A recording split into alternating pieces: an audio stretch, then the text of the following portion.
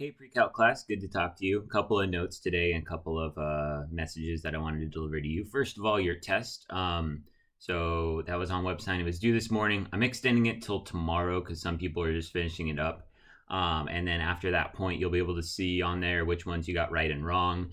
And you can ask me any follow-up questions on that. If you want to schedule a Calendly meeting and ask me any follow-up questions, you're free to do that. I think it'll also post you could be able to watch someone else do it like you normally are on your homework, so you can watch them do it as well. All right, next up, we are going to move on to our next unit. We're actually going to skip over to to chapter 4 in the textbook. We're going to skip chapter 3 for now. We'll go back and do it if we have time. I was just a little concerned about time, and chapter 4 is super, super important, and chapter 3 is kind of important, so I'm going to make sure we get chapter 4 done first. Chapter 4 is exponents and logs. They put those together in pre-calculus, and we're going to talk about how they're very much connected and very important. A lot of stuff to do with finances here, money, and we'll talk about that along the way. We already have some on today's video, and we'll continue working on that. And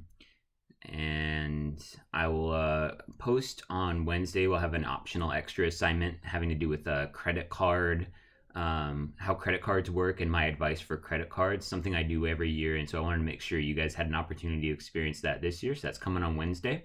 I'm going to post the notes as a PDF. And so my advice for that, if best thing that's possible, if you have a printer, I would recommend you print them out and keep your notes.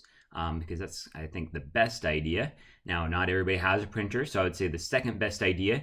I found on my computer, if you open it, the PDF in Microsoft Edge, you can write on it and edit it, and then save it with your notes on it. So that would probably be my second piece of advice. If you can't print it, would be to kind of keep a running, kind of edited version of your notes where you're writing on it according to the help from my video. Third best, I would say, is kind of on separate paper, getting down the notes and kind of recreating them as best as possible, just so you have them handy. So one of those three things, obviously, you guys know that if we were in school, I would print them out for you, but it's not possible right now. So I'm sorry about that. But I think they're a good resource to have. Now, this unit is going to be a lot of calculator stuff, and so I wanted to give some advice for that. If you have your own scientific or graphing calculator, I think that's great. That'll be sufficient. Even scientific is probably good enough. But if you don't, I found a good app and I wanted to share it with you guys. So I'm going to put my phone up here. We'll see how well this works here. But the app here is called Let me get this. There we go. Get a picture of it. It was coming in better when I tried it earlier. Shoot. Oh, there it is. Okay. So that's what the picture looks like. It's called Calculator X. If you search in the App Store for Apple, I just searched Graphing Calculator and I found this one. It's called Calculator X, but on the App Store, it's actually called Graphing Calculator. And if you press on it, it's actually kind of the exact same as we had in class. So all the buttons are really the same. So you'll be really used to it.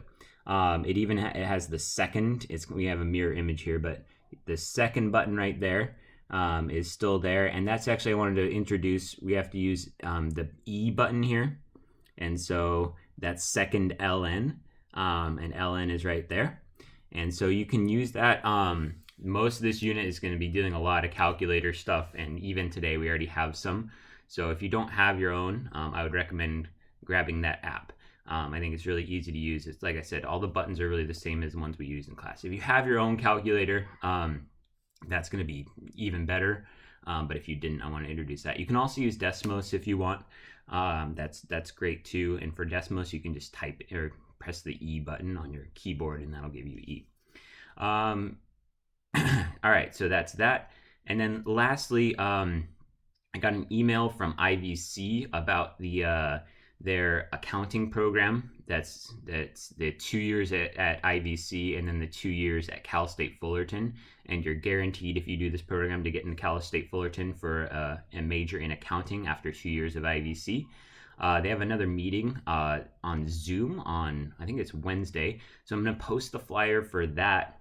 And they do require an RSVP. So I would it's on Zoom, and so that's going to be really easy for you guys. You don't have to go anywhere to get some info on this program. If you aren't going to a 4-year and you're interested in accounting, which is just dealing with money and stuff, and kind of a little bit of what we did with that income tax activity, this is a great opportunity for you. So I just wanted to pass that along as well.